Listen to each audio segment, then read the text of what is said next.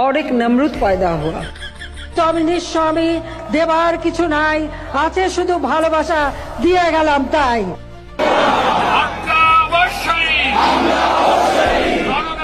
শেখ হাসিনাকে আপনার বাংলার মাটিতে এবার এক দফা শেখ হাসিনাকে কবরস্থানে পাঠাতে হবে। এটা হাস্যকর এই দেশের জনগণের জন্য হাস্যকর।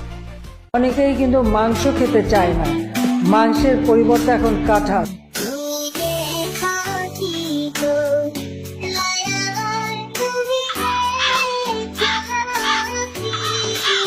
সালাম